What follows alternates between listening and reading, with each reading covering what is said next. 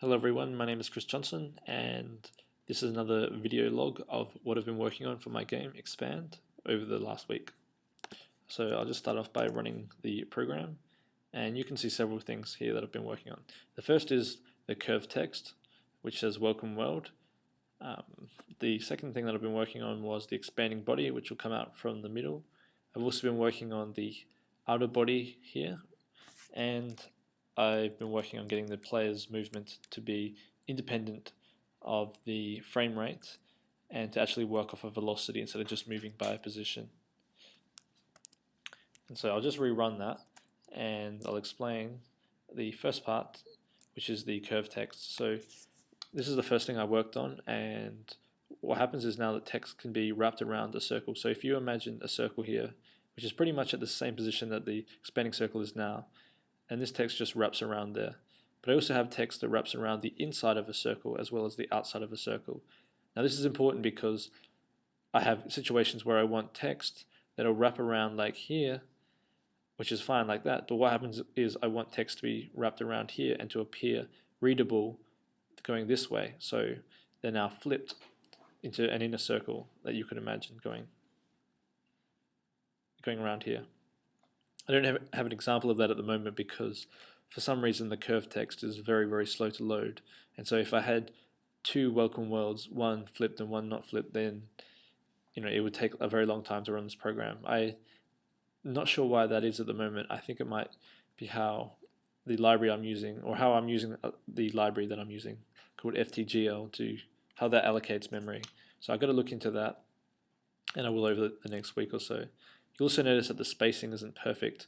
That's because there is actually no spacing set between all the different characters here. They should be essentially side by side, but as you can see here, especially with the W's, is that the actual width of the character is a little bit longer, and the spacing is a little bit longer than expected because the length of the character is a bit longer than it should be. I need to look into those problems as well, but the basic idea is there. Then the next thing I worked on was this outer body, which is just a series of points in Box 2D. You can't have a hollow circle, so it had to just be made up of a series of points. Then I also did the expanding body, which was pretty easy to get working. And then the other thing I worked on was getting this body, the player body, to move around in a frame rate independent manner based on a velocity, which is important when you step and you have several iteration steps in your physics simulator. And to actually do this was a little bit more complicated than it appears here. So I need to give you a little bit of an explanation, but I'll just highlight a few problems at the moment. Firstly, you'll notice that I can push through this outside barrier and I can push into the inner body as it expands. Now I'm aware of these problems and I'm trying to fix them at the moment. I'll explain how in just a second. The actual background information here that logs what's going on might give you a bit of a clue. But to do that, I need to explain some really basic things about Box 2D. The first being that in Box 2D you have what are called bodies, or B2 bodies. And bodies are just a collection of fixtures, and fixtures are just shapes, so like a box or a square or something like that. And the body adds a weighting to the fixtures, and it also adds sort of like a binding for all these fixtures together. And in Box 2D, so for example in my game, like the player would be a body, or the outer circle would be a body, and that outer circle would be made out of a series of fixtures which are just lines representing the outer circle. Now in Box 2D, bodies have an attribute called user data, and the user data is just a void pointer to anything that you want it to be. So I made that pointer be a pointer to a struct that contains the smoothing angle, smoothing position, past angle, and past position. Last week I mentioned how I wanted to smooth my motion in the physics system, and I'll quickly explain how these variables help me do that. So what happens with a physics system is that you need to step that physics system. So you need to over a period of time, you need to let a period of time pass and then calculate the velocities and the collisions that occur within that time. And that all occurs in a step. And so what I want with my game is I want the physics system to be stepped at a fixed rate. So every time I step it, it'll be at a certain interval.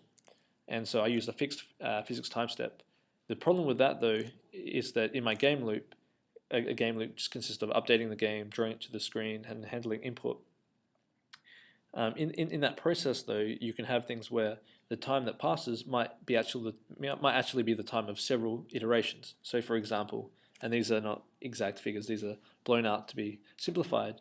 But if the physics step, if a game loop goes for 2 seconds, and you want to update the physics with every 1 second, then you have to do 2 updates for that one render. That one game loop phase. However, if it was 2.5, then you have a little bit left over. That's where smoothing comes into play. So essentially what you can do is you can smooth those positions, but you can smooth it either through stepping in a small amount, which is not, for various reasons, not the best way to do it, or you can do what I've done and have a smoothing angle and a smoothing position. So at the moment, and if you read the article from last week, all this stuff becomes very clear. At the moment, though, the smoothing angle and the smoothing position are used when drawing the objects to the screen. But because I'm using a Box2D sort of interface to draw things to the screen, it's drawing the actual position and not drawing this user data positions of the smoothing angle and the smoothing position.